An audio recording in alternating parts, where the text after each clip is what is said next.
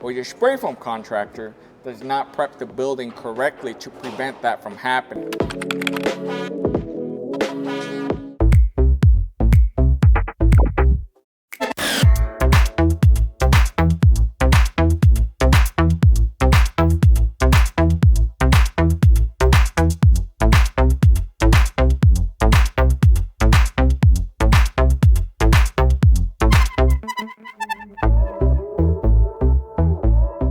All right, guys, so our client here is going to be getting 1-inch spray foam, okay? The spray foam is spray foam, but one of the challenges with spray foam is that it expands, okay? And because we got corrugation in the panels, you'll see holes. So for example, I can stick my hand out here. So one of the challenges with spray foam on a metal building is that you can have oozing come out if the spray foam guy or your spray foam contractor does not prep the building correctly to prevent that from happening.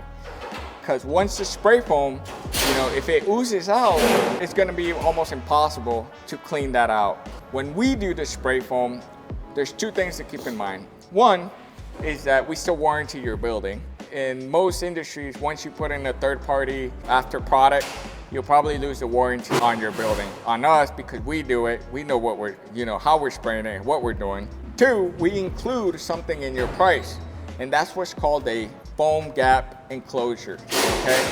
The foam gap enclosure is basically something like this. It's basically a foam.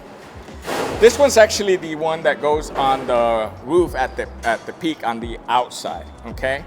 But there's the inside closures, which you're gonna see here on the ground.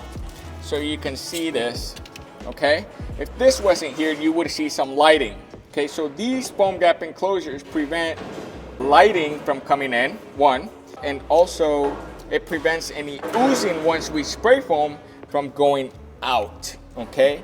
And we do this all along the perimeter of the bottom as well as the perimeter on the top. You're gonna be seeing a little bit of a shot. I was up there earlier inspecting that, a shot of that we run it all along the eaves, and that really helps to make sure that there's no oozing that goes out, okay?